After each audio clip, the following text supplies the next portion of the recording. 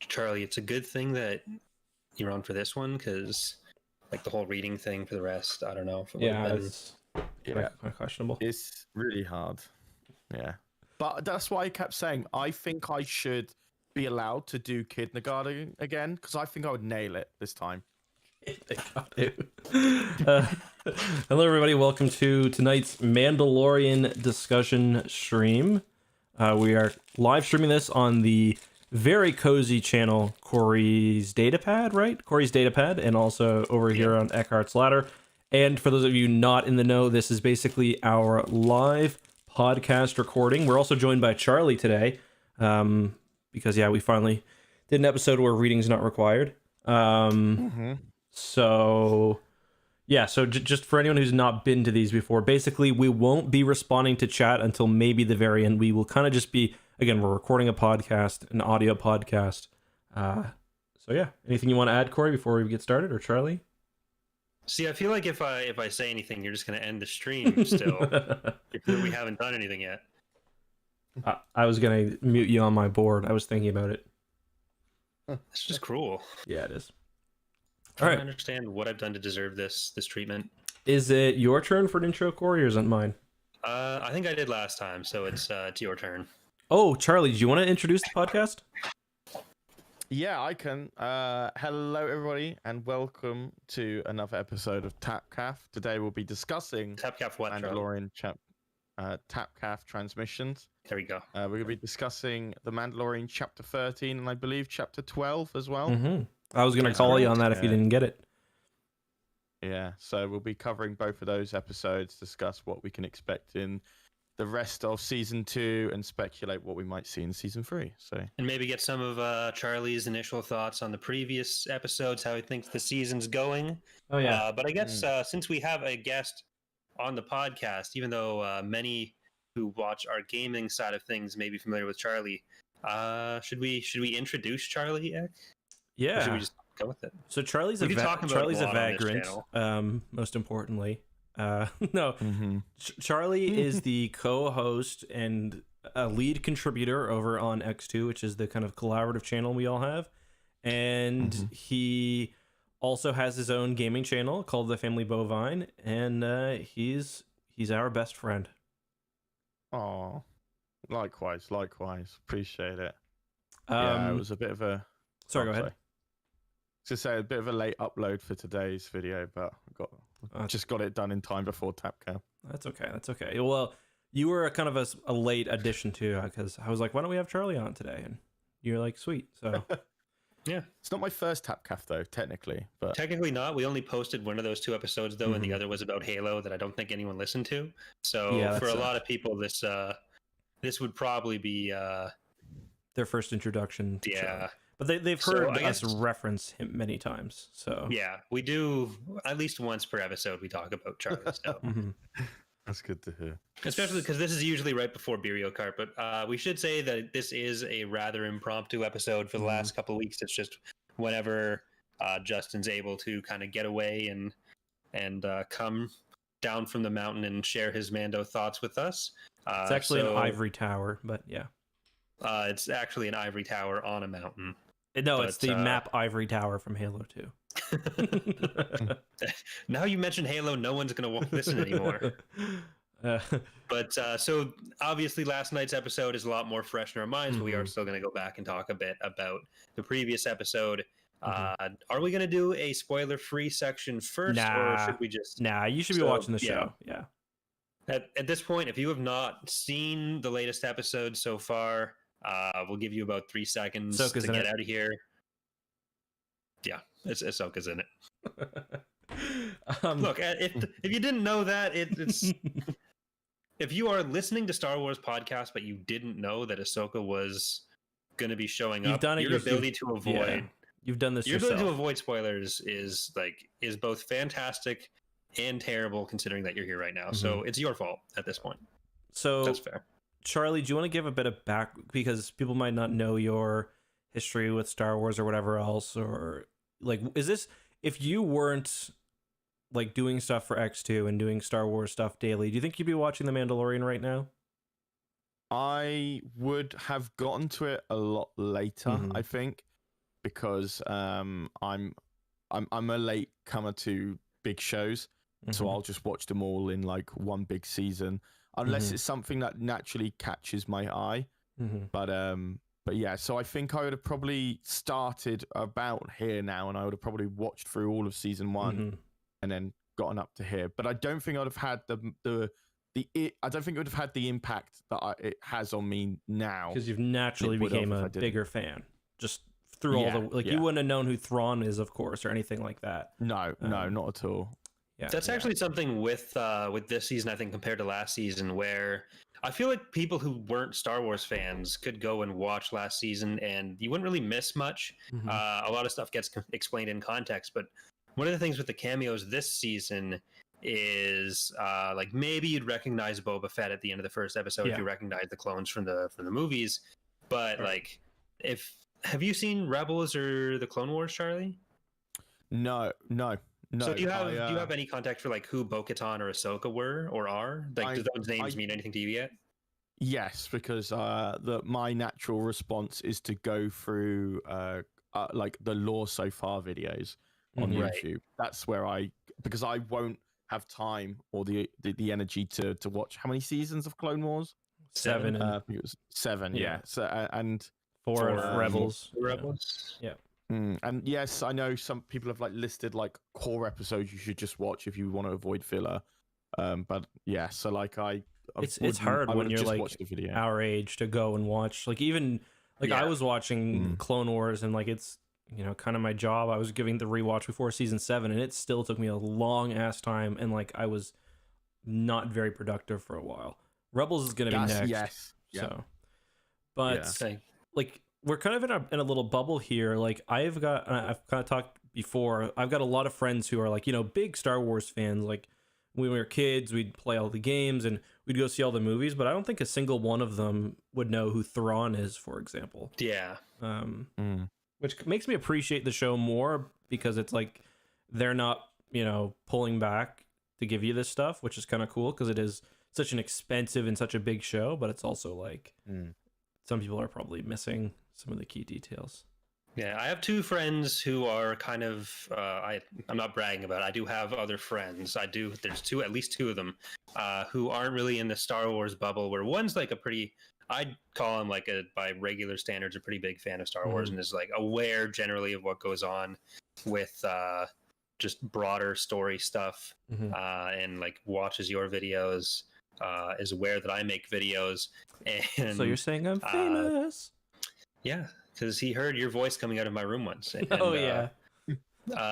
But then I also have another friend who's like doesn't engage with the expanded universe at all, but like she's a fan of the movies. So I kind of want to talk to them about like what they thought of some of this stuff. Yeah. Where I know one is like watched Rebels, watched the Clone Wars, and the other I don't think she has. But she hasn't started watching the season yet because she only wants to pay for 1 month of Disney Plus. Got to wait till December.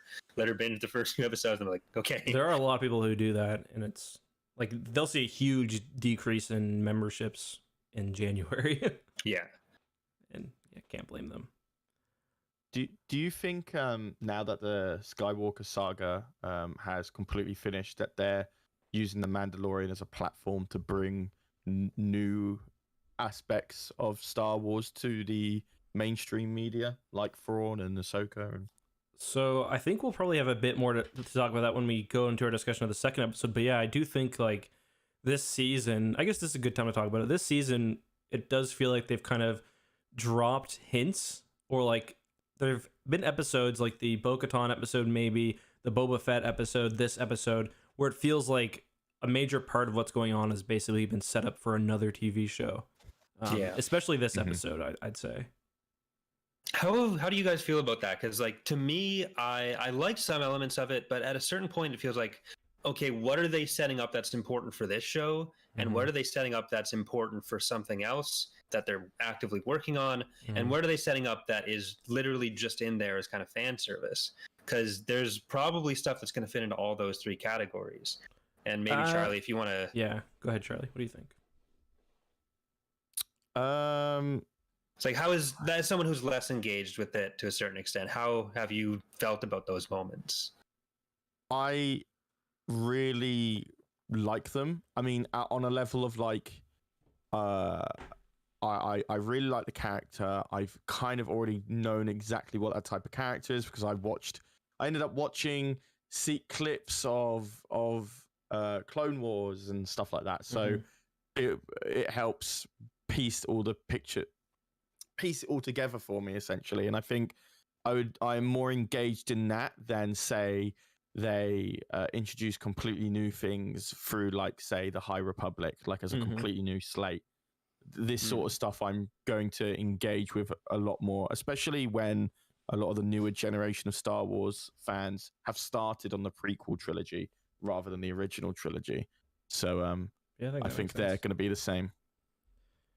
For me, I'm not convinced that any of the major characters who have been introduced are just fan service, but I mean, I'm okay with the payoff coming a little bit later, or in some cases in a different show. Like, I'm okay if Boba Fett doesn't make an appearance in this season, because I figure at some point he will turn back up, whether that's season 3 or later, who knows. Same with like Bo-Katan's a character who I would be cool with just appearing in this one episode of season 2 and then kind of going off and doing her own thing, because she does kind of serve right now as a stopgap between what the Mando was doing and then finding Ahsoka. But Corey, you pointed out correctly that she's also got beef with the main antagonist of the show right now, Moff Gideon. So unless they have Moff Gideon just lose the Darksaber off screen, which I guess they could, but I don't think they will, she'll probably return at some point. Yeah, we were talking about this last night, I think, where I feel like the thing that is least likely to be kind of split off into its own show or handled in another piece of media and is more likely to be a core part of what we get out of The Mandalorian going forward is the Bo-Katan plot, because it is Moff Gideon is kind of her big bad as well. And she is like, the show is The Mandalorian and she is Mandalore. So if it gets into any kind of broader galactic context, then it seems like who is leading who's leading the Mandalorians, and how there's some sort of resolution between the Death Watch side of things, or the whatever successor group exists, and Bo-Katan's group. That would be kind of like what this show would be working towards, rather than having like another Mandalorian show for Bo-Katan to deal with the same main antagonist that we're talking about now. Yeah, that's a good point.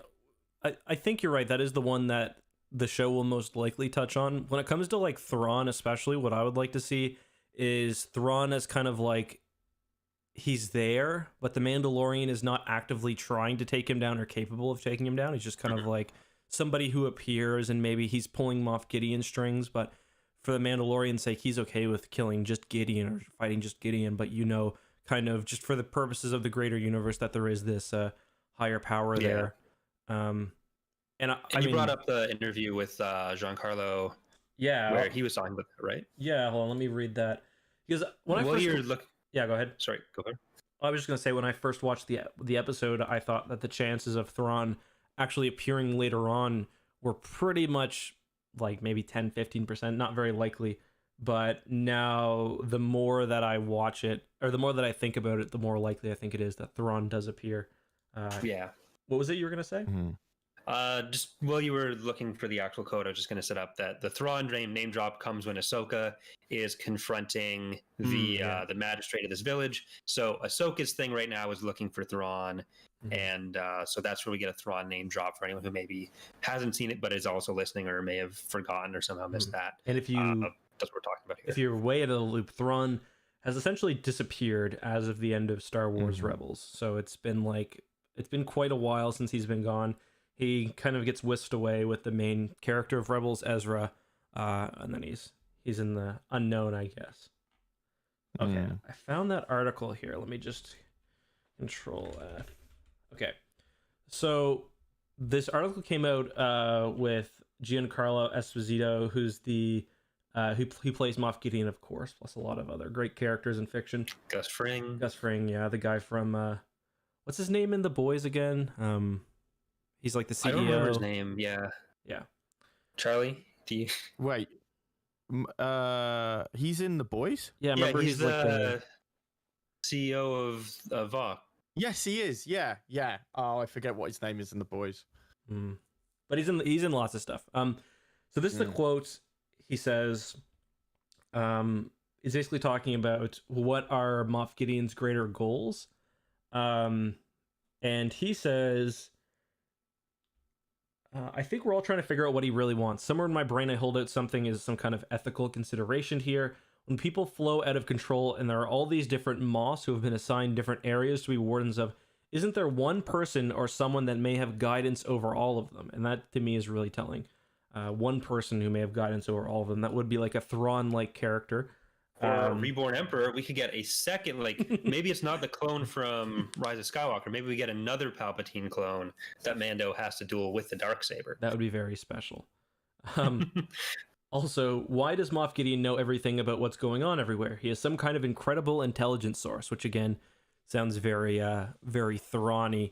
Plus, I mean, this episode we see Thrawn is clearly up in, like, he's clearly back in action somewhat. The whole point of this character, this magistrate, is that she strips planets down for resources, and during the time of the Empire, that was used to build the Starfleet and whatever else.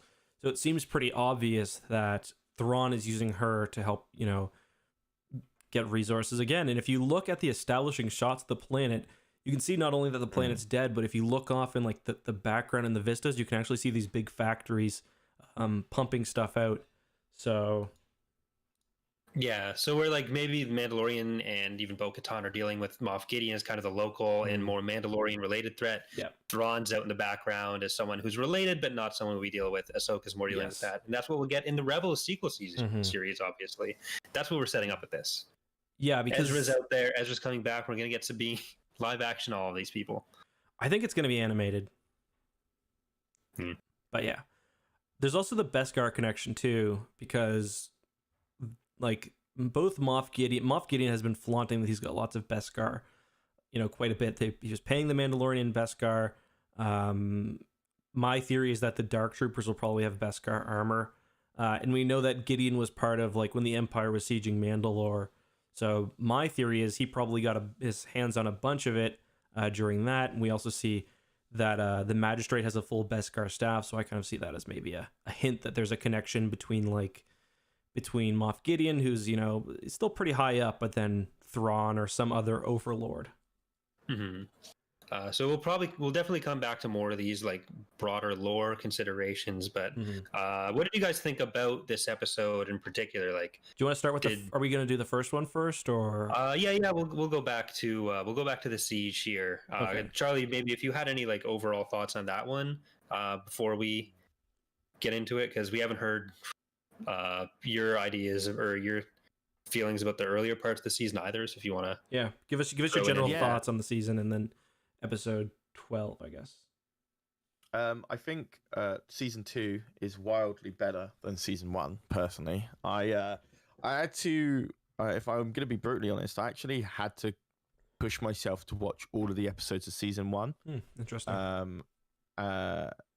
Just to get into it. Like for the middle episodes that a lot of people were kind of saying were slower, or was that a feeling that you had the whole time? When did you watch the first season then? I didn't start watching until when season 1 was coming to a close almost. Okay, but it was during its original area. It wasn't like you heard about season 2 being better, then went back. It was no, it was during it, and I really liked the first 3 episodes, and then it slowed down for me. There's like 3 episodes in the middle that are a lot of people think are quite a bit slower, and then there's like the last 2. The Bryce Dallas episode being probably the weakest, I think, for me on season 1, with the ATST. And it was just it was obviously it was there to build Mando and how does he eat under the mask and stuff like that, mini stuff. But it was near the end that I really caught back into it hard, and then season 2, even the filler episodes have just been fantastic. Like I've really enjoyed every single episode to the point where like I'm excited for the next episode, which I wasn't in season 1. How did you feel about the second episode though? The where it was just the ice one landing on where it's in the cave with the passenger with the reptilian lady. Yeah, I thought it was great because they were heading. It was heading in a destination I was actually interested in. Right. And I was absolutely fine with any pit stops they were having because the overall plot was gripping me to just keep watching. Okay, so you didn't get the same feeling that you kind of did with the middle episodes of season 1 then, because it still felt more connected. Yeah, because there's something I'm awaiting to see when Right. it comes to these episodes. Finding the Jedi and stuff like that is what kept me going through these episodes. How did you feel about Dr. Mandible, though? Was that the giant ant guy? Do you remember him?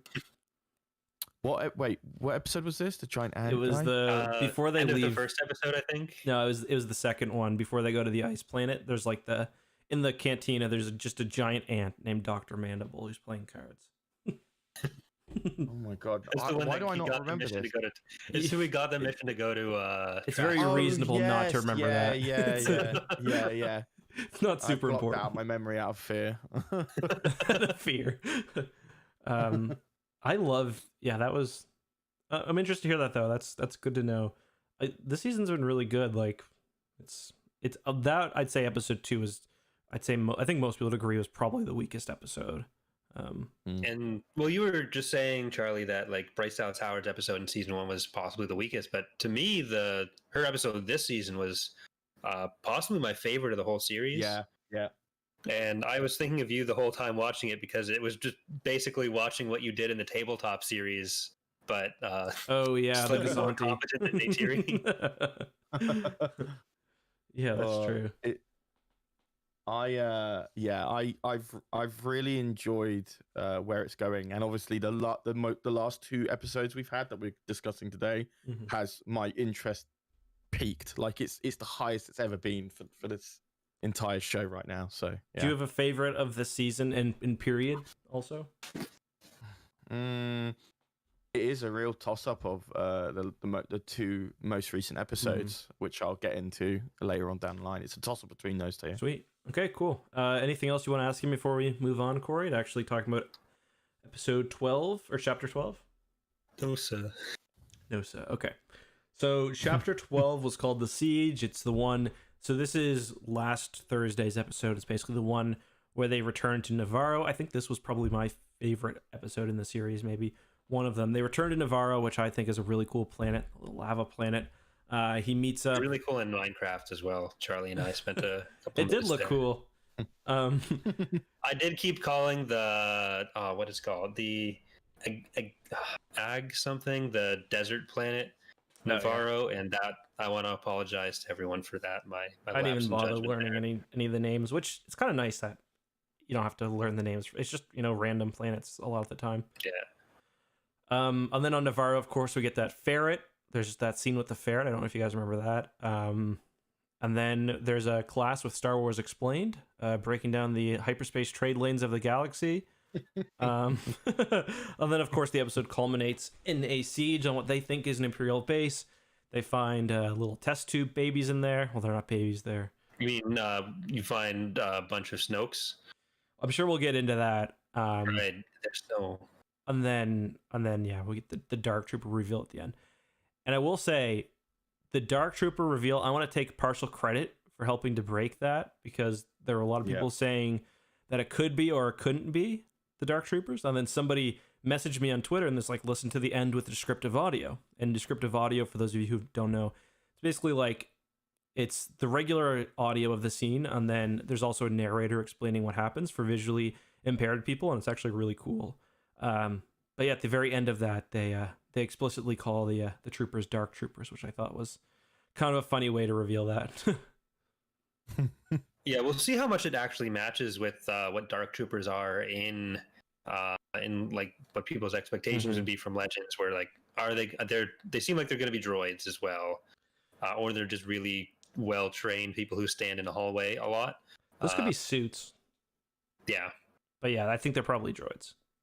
But we did also get, just staying on the topic of droid reveals, we got another callback to older stuff here in this episode with the HK-87, I believe, which is like the HK droids from Knights of the Old Republic. Yeah. So even more of that stuff. It is just a bunch of RPG stuff coming in. There's a cool detail with those too that I didn't notice, but I saw it on Reddit. The droids have the insignia for the 7th Fleet, which is like Thrawn's fleet. They've got that on their head. So those are Thrawn's droids down there, which I thought was a really cool detail. Yeah, I've never heard of Thrawn. Who's that? He's some blue incel. But what were your thoughts on episode 12, Corey?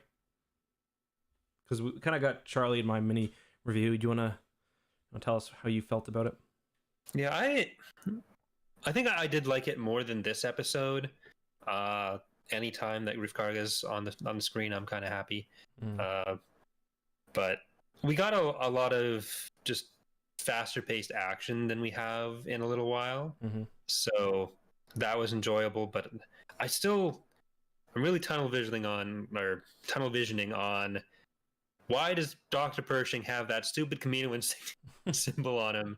What does it all mean?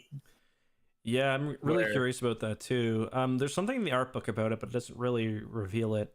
Because I was trying to find any other mentions of like what that meant before, whether it was like supposed to be an insignia for Kaminoans, or if it's just like some unrelated biotech thing that the clones were wearing for that reason, and Pershing has it for something. But it just seems like a weird thing to throw in. No, I agree. It does talk about the Art of the Mandalorian. It was released in comic book stores early. So I do have a copy here. I'm just looking for the art book or the page on that. But speaking of action, did you notice that I could definitely feel like that this was a Carl Weathers directed episode. The action felt like much more kind of run and gun 80s style than like the episode beforehand, which was very flashy, close hand-to-hand combat. I thought it was kind of a nice change of pace, to be honest. Yeah, like I like both of them for different reasons, and then there's also the action in this episode, which we'll get to in a bit. But like we find out a lot about the backstory for the child between Grogu between both episodes, just what the Imperial intentions with him are, and then also what the what his actual history was with the Jedi from Ahsoka, who seems like very nonplussed to find out that there's just another Yoda that's been around this whole time. But so like she doesn't seem to care. What do you think that they are planning then? Because you say we learned a bit more, and I agree. What do you think? And Charlie, I'm curious too. What do you think the plans are? Like, what were they trying to do with Baby Yoda? What's going on in those tanks? What are your guys' thoughts? The end game is definitely get Gideon force powers, right? Is that a controversial take? I think it is, because there's still a lot of people who think it's Snoke or something. But yeah, go ahead, Charlie. No, God, no. Yeah, so my theory, and I remember messaging you about this, Justin. My theory is that Moff Gideon is attempting to become force sensitive manually rather than naturally. And what was interesting to me, I mean, I love the whole lab experiment angle on any story. So it really was like peak interest for me on that as well. I loved that angle. In the recording though, when they discovered that blog diary thing in the lab. Today's Science Experiment is brought to you by Skillshare. He mentions that Baby Yoda and its M count, but then also another subject with an M count, but I feel like that was glossed over quite quickly. Saw some discussions of it on the subreddit, but nothing more than that. I think you might be talking about the same thing that I kind of picked up on, but I don't think that's the case anymore. Where like I was kind of getting a distinction between two characters, and that or a possible distinction between two characters where you could read it as that. But I think this episode in particular clears that out. I think that would be tied into the whole idea of like, was Baby Yoda a clone? And I was leaning towards that, and I think Justin and I had a bet about that. Yeah, we were talking about it earlier. We don't remember what the loser was supposed to do, and I'm at this moment I am conceding. Sweet. It was a hard-fought campaign, but this episode that we just watched last night has quashed any any possibility of Baby Yoda being a clone. We're going to be working on a transition team to get Eckhart Flatter his new place and whatever we promised. Yeah. So if anyone remembers what the hell the bet was, if you can email tapcaftransmissions@gmail.com and tell me what I'm supposed to do, or at least give me a timestamp so I can go back and get some commissioners to verify this information. We'll get it certified and we'll send it down the line. But that's some topical humor, Corey. Thanks. What are you talking about? I was just talking about how I lost the bet. I found the Dr. Pershing concept art. It says, the symbol Dr. Pershing has on the right shoulder of his Imperial scientist uniform was inspired by the emblem first seen on the Camino clone soldiers in 2002's Episode 2 Attack of the Clones. So I assume it's meant to be the same thing, but... Inspired by? Yeah, so they're not... It's kind of weasel language, but he's supposed to be a Nazi, basically, and I don't know. Mm-hmm. I really I do hope that, none of this leads up to Snoke, because I really don't think it will. that. I'm glad to hear it, because I think one thing that Mandalorian is successful on is not constantly having a galaxy-wide threat throughout the films, and it really brings you back down to a planet level and a citizen level. So to have this to lead up to, say, I don't know, like Luke would be a real bummer in my books. I don't want it anywhere near as a stepping stone to the sequel trilogy. So, yeah. I really don't think it's like a direct connection to Snoke, but I can see it kind of showing some of the technology that was used to either create Snoke or show the cloning technology with Palpatine in some way. I don't think it'll be a direct connection to either of them, just kind of showing similar techniques and kind of explaining those in a different context. But yeah, I really don't think there's any direct connection to Exegol and the Sith Eternal here. I honestly do think that the fact that they all have head scars is something. I don't think it's an accident. I don't think it's Snoke because it's a different head scar and all the Snoke clones have the same thing, but I think maybe that's involved with the procedure or something. Snoke has all these injuries, but he's a clone or whatever. So my guess is they probably learned some procedures or procedures somehow make its way back to the Empire or whatever, or the Palpatine, and that will be how it ties in. But yeah, they're not making Snoke's. People are like, oh, you can hear Snoke's theme, and it's just a low droning sound. Snoke doesn't have ownership of all low droning sounds. Well, we also heard when Snoke was around, we heard Plagueis' theme. Yes. So if it wasn't right for Plagueis, I feel like that was a lot more likely than this being Snoke. Yeah. Totally. Maybe this is Plagueis though, and Plagueis wasn't Snoke. It just so happens that that's the connection here. That would be pretty funky. It's just the idea that all this is happening on some random backwater volcano world instead of the secret Sith stronghold is just a little. Yeah. Yeah, it's kind of that's where it loses me. What about the so we got to see an Arc of Tens, which was pretty cool. Very well rendered one, and we get to. What do you think? What do you guys think Gideon is planning? What's the deal with those droids he has? Are they going to be droids? Are they going to be people? What's going on? Are they suits of armor? I think they're going to be droids, and I think it's it's a small step in a bigger a bigger plan to slowly regain power on the Outer Rim with the Empire. At least that's what I'm assuming. What Thrawn is thinking behind the scenes, at least. So yeah, it'd be interesting to see how that will pan out. Yeah, it will be. Right. I've got to go turn off the heater because we're back. But I mean, with the angles they're going with, I really am liking out of the main film series on how the games and the animated series from the past and the Mandalorian now is all interweaving with one another, and I think that's kind of it's kind of like what you get with the MCU universe, when they cross loads of timelines together. Yeah. I'm getting those vibes here, and it's really making it worthwhile to watch everything. No, I agree. Regarding the Dark Troopers, I wouldn't be surprised because they do look really... Corey, are you back, by the way? Yep. Okay. Because I'm curious to hear your thought. They do look pretty much exactly like the Phase 0 Dark Troopers from... Or Phase 1 Dark Troopers from Legends, which were just the basic droid model. So I've got to wonder, maybe the experiments are to make the next phase of Dark Trooper or to make human beings capable of operating the suit or something. But yeah, they look very, very similar to the Dark Troopers from Legends, which is cool. Was there a timeline to when they were featured in the game? Because if I'm right, The Mandalorian is set 5 years after Star Wars Rebels. If I'm right, I forget what year Rebels is, but it's further than 5 years because it's 5 years after Endor.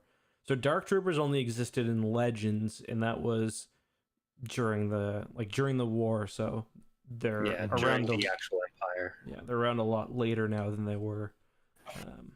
Gotcha. So they're shifting the timeline in canon. Yeah. Gotcha. Yeah. But Dark Troopers are only really prominent, super prominent in like the Dark Force games. Or the Dark Forces game. Other than that, there's a Star Wars gamer comic, I think, about Dark Troopers, which is kind of cool. I read that a while ago, but yeah, they're not super prominent. I think they are going to turn out to be droids, but I don't think that the goals that Gideon has much to do with like improving on them. I think it is more related to force experiments and making himself or others force sensitive. And I think like himself being kind of the primary one there. But I think the Dark Troopers will kind of factor in as like one of his better tools to kind of try to get child back or enforce his will in other ways. But yeah, I think they're more of a tool than the goal. That makes sense. I mean, this episode was really similar to the Dark Forces / Jedi Knight series in a lot of ways. Like the base, them attacking the base immediately reminded me of the first level from Kejim. Kejim, the Kejim level from Jedi Knight 2, even in appearance, really. And then the Kejim level itself, which I completely forgot, or it's actually, I think, the second part of the level, or the second level, but it's still on the same planet, actually has a scene where you find the Empire experimenting on locals in this case, and it could be locals here, trying to imbue them with force powers. So there's even like test tubes and stuff. So it's pretty much exactly what's going on in this episode. Then you get the Dark Troopers, and it's like you're one Kyle Katarn away from like a Dark Forces live action, basically. So I got some other Jedi Knight vibes as well from like just the chase down the canyon, because that just felt like there's a couple levels in, I think it's more in Jedi Academy than Jedi Outcast. It's the Tatooine level, I think. Yeah.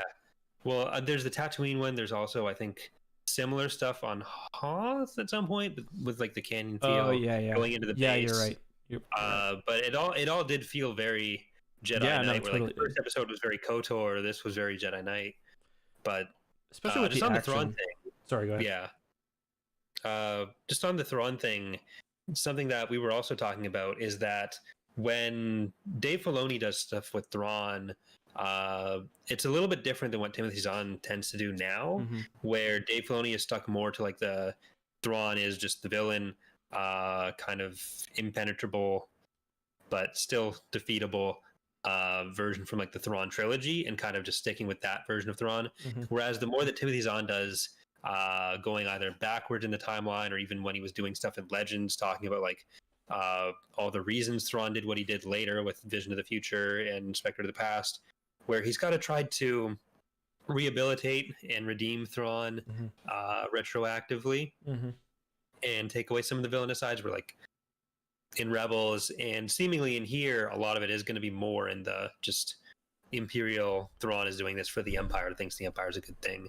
Yeah, I think you could still maybe find a middle ground, like where it works with both characters, where it's like it's not the Empire necessarily, it's just like authoritarianism, where like he just wants to have a strong government or a strong military or law and order, and then that just happens to be. But yeah, you are 100% right that they're somewhat different characters, which is kind of something that I get a little frustrated with, because I wish Timothy Zahn was more involved with what they're doing with Thrawn instead of just like kind of an afterthought. But it does fit a lot more with the. Sorry, Charlie, go ahead.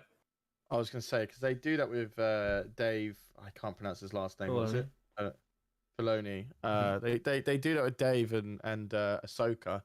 So you'd have thought they would have done that with Timothy Zahn and Thrawn. Yeah, it's just the difference between being an author and being a, because like Dave Filoni was there for the Clone Wars and Rebels, so it's a much easier transition, I guess. Yeah, and it's not like it's so different from everything Timothy Zahn has ever done with Thrawn. It's just, it is more like the initial interpretation of Thrawn we got. And like Thrawn has always been kind of a jingoistic, warmongering kind of guy. For sure. But there's stuff that humanizes him a bit more in some of the earlier and also later versions of him, both in Legends and in Thrawn, Star Wars, Ascendancy, Chaos Rising, the Book Phoenix.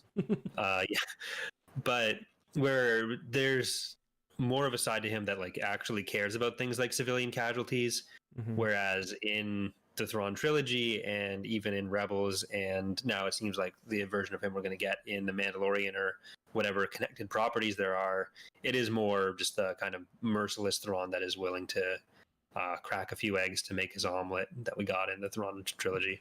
It reminds me of when we were talking about Harry Potter the other day, and it's like Dumbledore in the books versus Dumbledore in the movies, where it's like Dumbledore whispered, "Did you put your name in the Goblet of Fire, Harry?" And then it's in the movies, it's like he's screaming, "Did you put your name in the Goblet of Fire?" Yeah. Pretty much. Yeah, I guess there's less room for nuance, I guess, in TV when he's just an antagonist rather than a protagonist with internal monologue and stuff. Yeah, so we'll see if it ends up going or continuing in that direction. But do you guys want to get to this this episode from last night now, or do you have any more thoughts on the siege? Nope. Cool episode. No, I will say the final space battle. Well, it was in atmosphere, but the final battle between the Razor Crest and the TIE Fighters were pretty fun. Like that. You don't joust with no. These guys need to play more squadrons if they're gonna. Yeah. The TIE Fighters did feel deadly though, which was nice, because like usually TIE Fighters are just kind of shit, and that's like another thing too about the Dark Troopers. Stormtroopers have always kind of been cannon fodder, but we're like 40 plus years in Star Wars now. There's been thousands and thousands of dead Stormtroopers, so I think that's like one reason why we'll see these Dark Troopers in this season, or at least in the series, probably kick some ass, is because we need a real threat. The only time Stormtroopers have been a threat in this series is when there were literally hundreds of them at the end of season 1. So Dark Troopers should be kind of a helpful way to bring some tension back to just ordinary fights. And I wouldn't be surprised if they kill somebody in their first encounter. Yeah. I guess we can move on to Chapter 13, The Jedi. Or I think that's what it was called, right? Chapter 13, The Jedi? Yeah. And this is kind of interesting. The plot for this actually leaked in advance. Did you guys see that? No, I saw that it had. I didn't see it because I was trying to avoid it. But yeah, what were your guys' first thoughts on this episode? Charlie? Do you want to go for it? Oh, okay. Yeah, sure. Thank you. I absolutely loved it. I thought it was... I like how they just got straight into it. I was like, oh, wow, they are not messing about. They dedicated the whole scene to Ahsoka. And I swear, like, if you stand back far enough and look at some of those screenshots, so it would look like it was like from the animated series. I thought, especially when you had like the long distance camera shot of Ahsoka all the way down to the other side of the village. I thought her live action character was exactly how I imagined it in my head. Best case scenario. I liked her. I just think it all meshed really well. Yeah, I was really shocked by the fact that we got a lot of information about the child, because I was already content and happy with the idea that they will never go into the species. of the child. So I was already like, "Yep, I'm fine." If you don't want to say, I get it. So the fact that they even touched upon it was like, "Oh wow, this is kind of huge." That was one of the reasons that I thought it would end up being a clone, because like then they could have another Yoda, and it would literally just be another Yoda rather than having to introduce another character of the species and have to give more information on like how many are out there, where they're from, that kind of thing.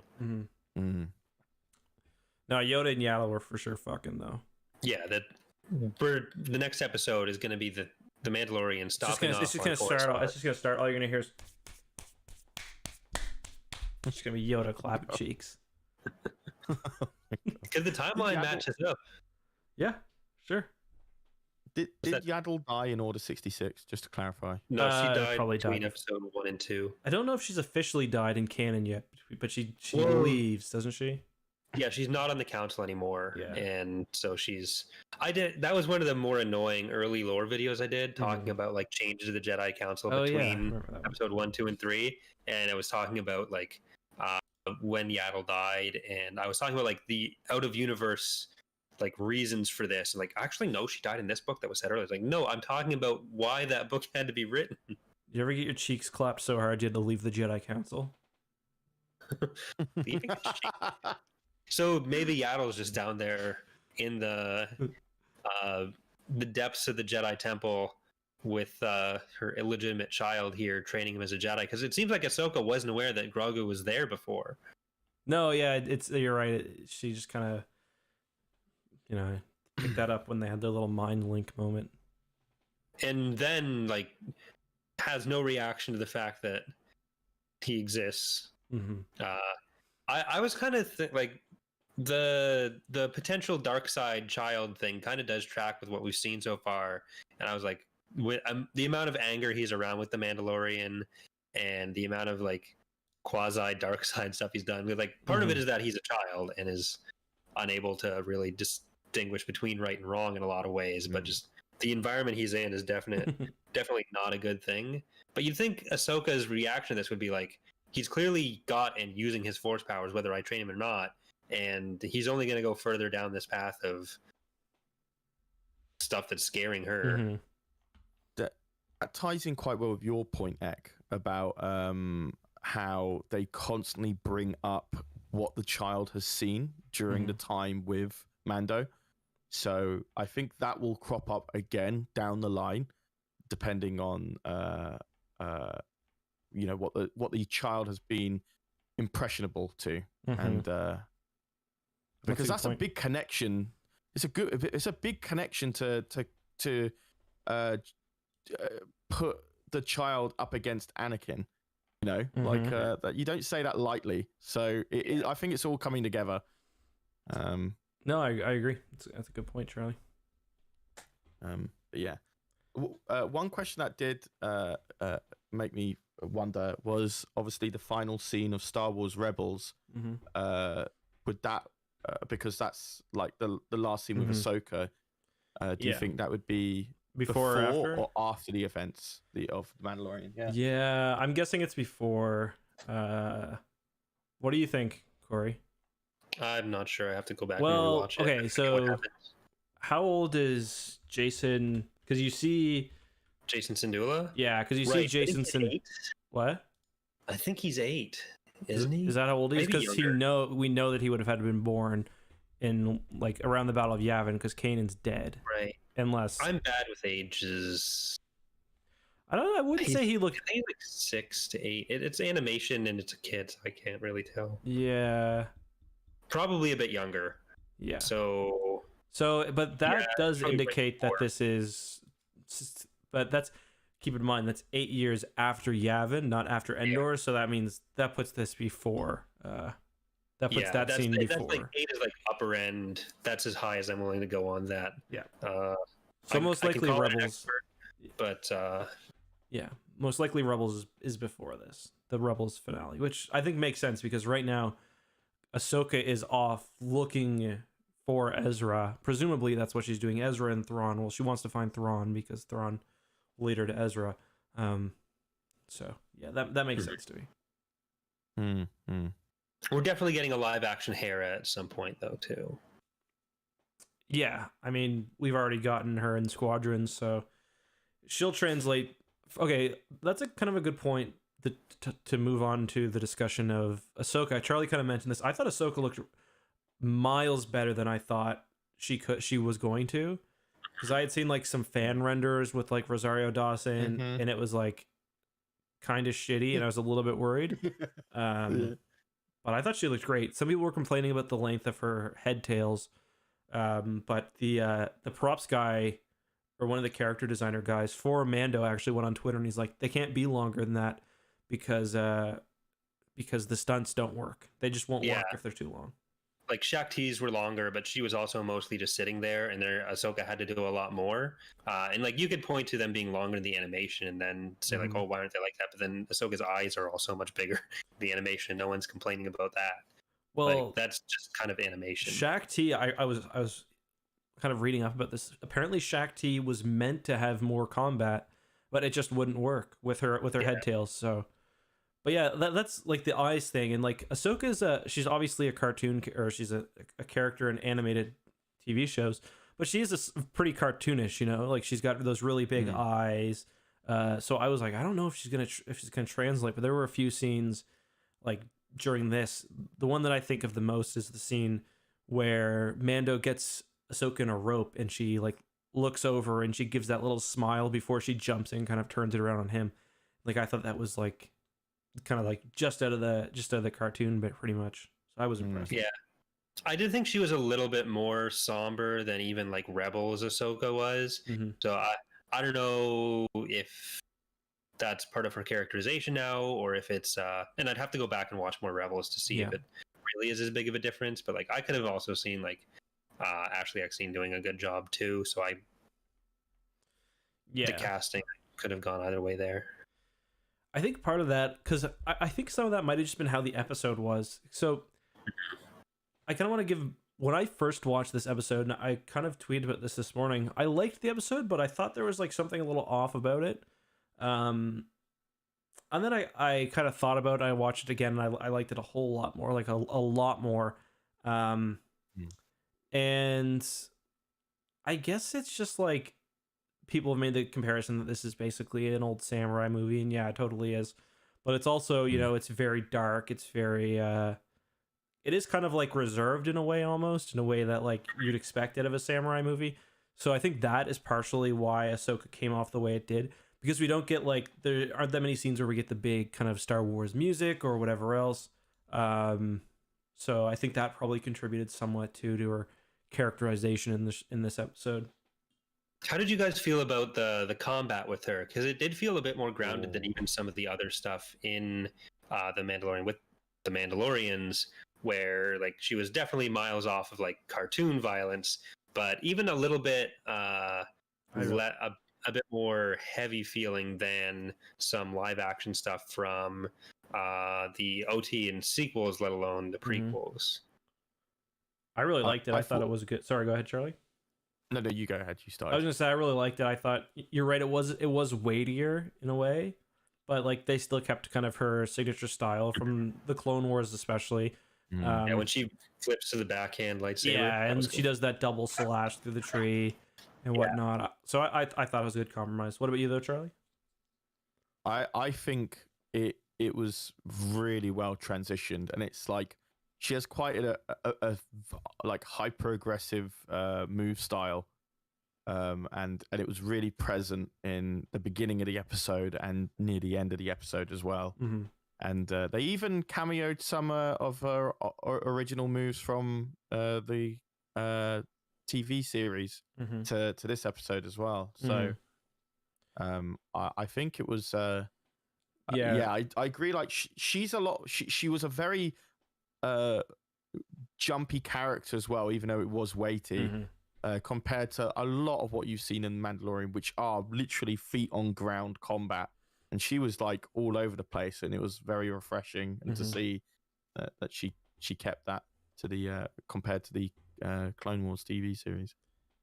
Yeah, totally. She was there. That one scene where she kind of savagely like assaults the Mandalorian when he kind of when she sneaks up on him. I thought that was really good. But yeah, what about you, Corey? You asked the question, but let's hear your thoughts. Yeah, I thought it was really cool. I did think it was like different. That's why I brought it up. But I think it really matches the tone of the show while still keeping it feeling like Ahsoka and like she is who she is. So like it's definitely different from what we've seen her do. Obviously, making a transition from animation to live action, but still kept a lot of the core of her fighting style, like Charlie was saying. So I thought it was handled really well. I did think the lightsabers looked a little bit weird, but I think that's just the lighting, where they felt almost more thick and solid. Yeah, kind of glow roddy. Yeah, where like usually they seem a bit thinner, and especially Ahsoka's because she's got kind of the double Shoto in a lot of situations. Yeah, so that's kind of been a thing I've noticed. Well, that's been like a thing really since Disney Star Wars, whereas like it used to be that lightsabers were often done in post, and you notice like they don't usually cast shadows. Like it was really evident when you watch like even The Force Awakens that they're actually real things now. Like the lightsabers give off light, which does add a lot to the scene, I think, especially when you have fights like in the Forest and The Force Awakens with the shadows and the light, because that's stuff you often wouldn't get in the prequels. But on the other hand, the lightsabers do always, I find, seem a little thicker now. But yeah. Didn't they explain why they were so thin in the original trilogy? That like they had to expose every frame of the footage through a light box, and obviously that would cause a thinner lightsaber compared to the thicker ones. I mean, you were mentioning it's probably something like that, because a lot of it was rotoscoping, like just having the light. Yeah, because if you watch especially episode 4 or just Star Wars, like the effects are very, very simple, and like when the lightsabers clash, it's just a yellow flash on the screen, rather than like now you have light being thrown everywhere. Like it's crazy how far the effects have come. They actually got those people that made the one with like the superheated rod on YouTube. That's what we're doing for all of it. Yeah, we ran through 3 stunt doubles this episode. Pretty impressive. Overall on the episode, I gotta say I was really pumped when they were ready to make the move in the village. Just the idea of like a Jedi and a Mandalorian was like really made me like fist pump the air in a way, I guess. I thought that was really cool, especially the end art, the credit art as well. Oh yeah, it's always so good. The Mandalorian. I used a lot of those in my review. It looks so cool. Yeah, it does. And I gotta say, I ended up getting a little bit misty-eyed about the child at the end, because with more information about the child, it was like, I don't know, I had a bit more of an emotional attachment to him after, like, you know, there was a scene where he was going to say goodbye. You knew exactly what had been he had gone through at the temple, and then being shut in the cradle for God knows how long. Yeah, and taking him back into the ship right at the end as well was it was I don't know, I don't know why I ended up getting a little misty eye. I just did. I was like, oh damn, what? Because he doesn't want to leave him, but he's trying to do what's best. It's if you watch the scene too, when he's sitting in there with the child, like before he thinks he's dropping her off, dropping him off, he's like rubbing Baby Yoda's hand. It's really cute. Like you don't usually see him affectionate like that, so it is a pretty sweet moment. Yeah, there were a couple moments of like finally disciplinarian dad Mando that we haven't really gotten yet. Yeah, like I think 2 or 3 of them, and then especially when Ahsoka's like, "Well, he's not doing this for me. You do it. See if he'll respond to you." And he does do it, but it just kind of reinforces Ahsoka's reasons for not training him in the first place. Where, like, do you think she made the right decision there? There's another point to that, but I always hate I think that the reasoning, I don't think her reasoning was right, but I think she came to the right conclusion. Like, I think the idea that Jedi can't have attachments is really stupid. Anakin's problem wasn't that he had an attachment to Padme. His problem was that it was an attachment he had to repress, and pretend wasn't a thing, and like that's what was taken advantage of, was his fear, and like his he wasn't able to healthily deal with a relationship. Like I don't believe the message of Star Wars is don't fall in love with people and don't have relationships. It's, you know, have healthy relationships. You don't want to covet your partner. You don't want to do all those things. You want to have a healthy relationship where you're each confident in that. Like that's the issue that Anakin had. So like I don't like Ahsoka just flatly saying I can't train him because he has an attachment to you. I think she shouldn't train him, but for other reasons. Like he's just a child. It's not in his best interest. That's the thing for me. Do you think she's just frightened of, because I mean she mentioned it in the episode after all, but do you think she's frightened of how bad it can go with Jedi, like force sensitive people that have attachments? Because I mean Anakin was an example, and look at the galaxy because of it. I think maybe she understands the weight of that type of decision, especially when she's already got an ulterior motive to handle too. No, I agree. Well, I think that's why I'd accept that from Ahsoka more than I would from other characters, where like she was Anakin's Padawan, so more than anyone other than maybe like Obi-Wan and Luke, who are a bit less jaded on the Jedi overall than she is, for good like she's jaded for good reason. Like for her, it's like, am I going to really restart the Jedi Order? And like, I don't see that being a big priority for her directly. I think she kind of sees the failings of the Order as well as the failings of Anakin individually, and how they each were responsible for his fall, and isn't eager to get back into that, especially with someone who's already kind of showing some of the warning signs that you did get with Anakin, where there's some like anger and possessiveness, which he's a toddler, but which I think is partially why she's willing to say like, I'm not going to train him, but go to Tython and see if he wants to be trained, and then maybe someone will respond. Which I guess that's another big thing that isn't really being reintroduced into canon here, but giving another more prominent place in canon is Tython.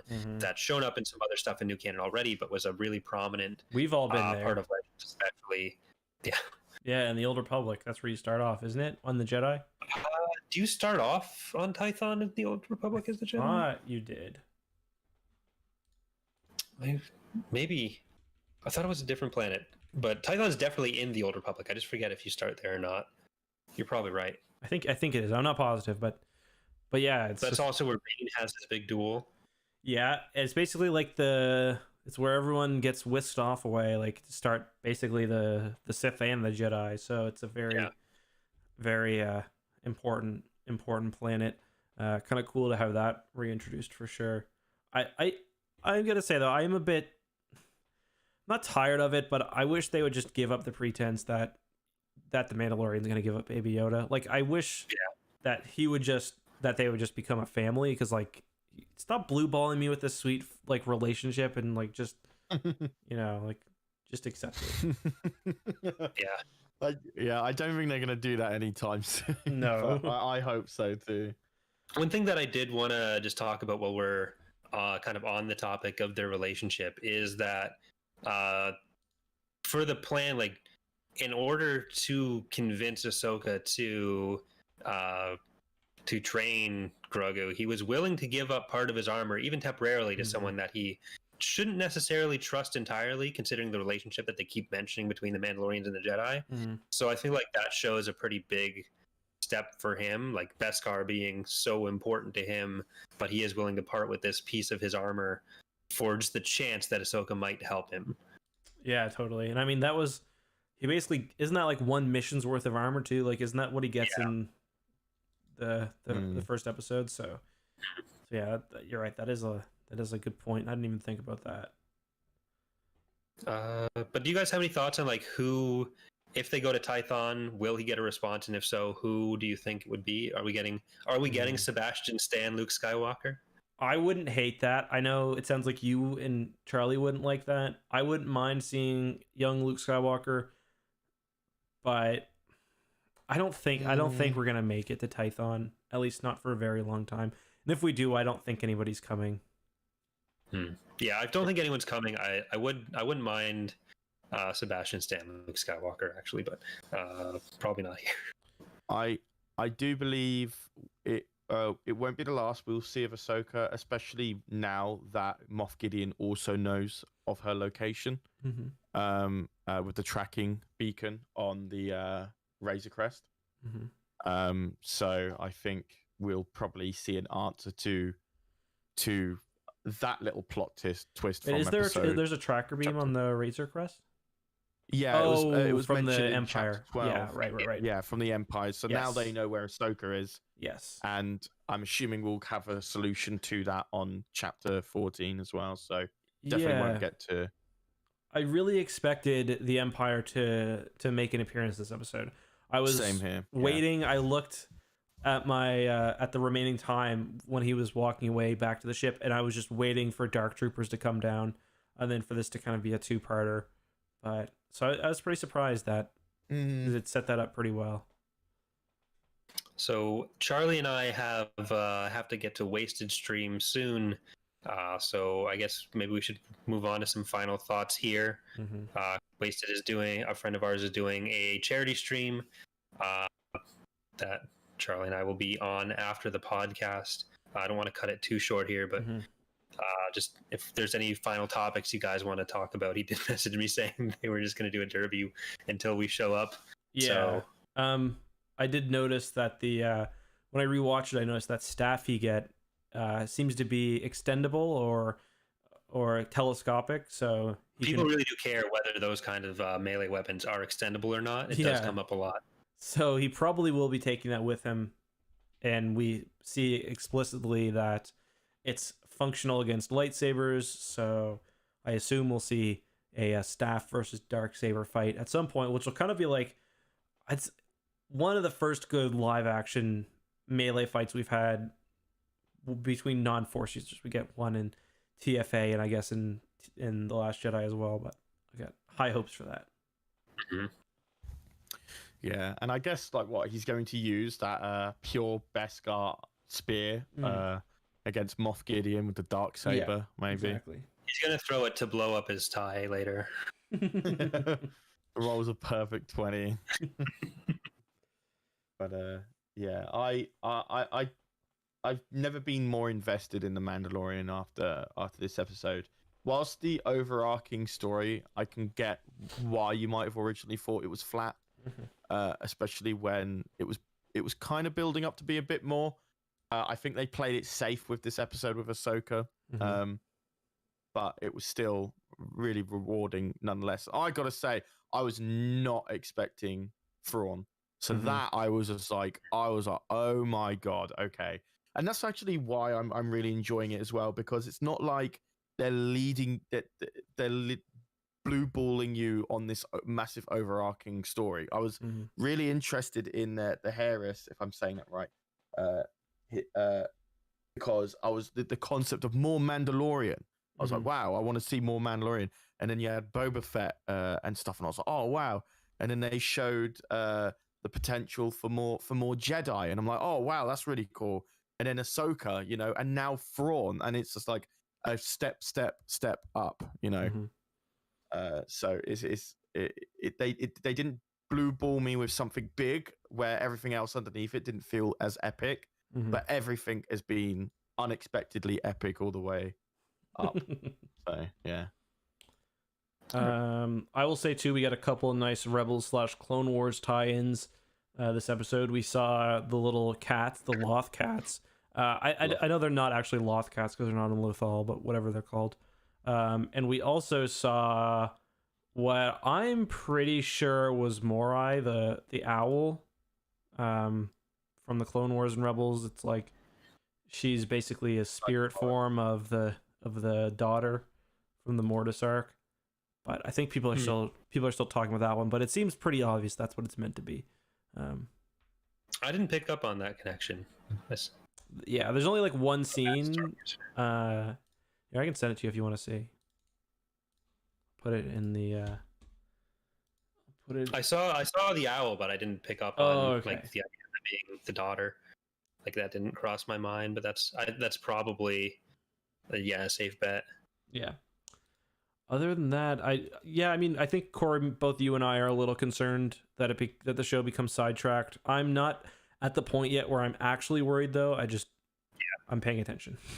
Yeah, we're not DEFCON 1. I think we're just slightly concerned. We'll see where it goes. I feel like Ahsoka's cameo is the one that I was kind of worried about the most, and so far it's been handled, I think, well.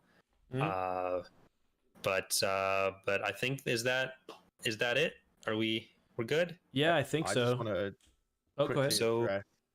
I just wanted to give a quick shout out to all these Star Wars brand designers literally panicking after realizing that they have to change the child to Goro.